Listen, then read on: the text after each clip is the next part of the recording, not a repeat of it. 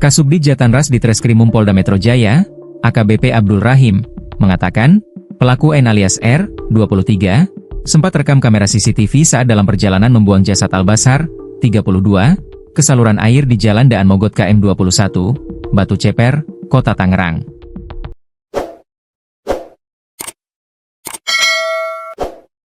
Pelaku terekam kamera CCTV sedang membawa mayat korban dalam karung menggunakan sepeda motor, ujar Abdul saat dikonfirmasi, Kamis, 24 April 2025. Dalam sebuah foto yang diterima Kompas.com, terlihat N alias R mengendarai sepeda motor Honda Beat dengan nomor polisi A4366 VAC.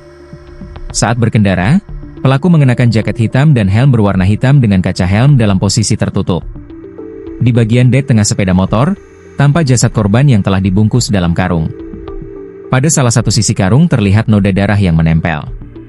Pelaku terekam melintas di sebuah jalan oleh kamera CCTV milik Polda Metro Jaya pada Minggu, 20 April 2025, pukul 16.47 waktu Indonesia Barat.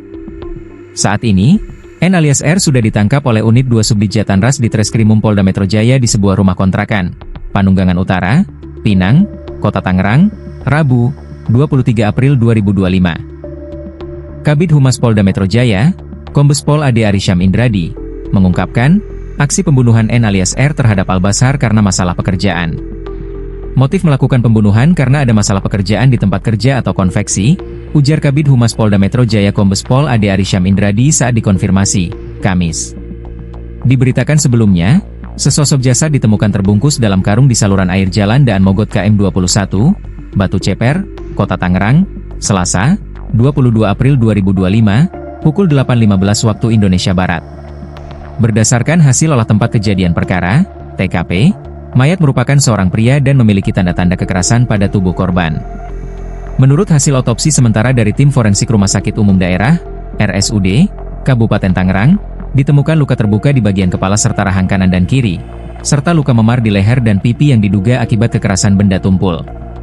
Tim forensik RSUD Kabupaten Tangerang juga menemukan luka-luka akibat benda tajam pada bagian tangan, jari, dan dahi sebelah kiri.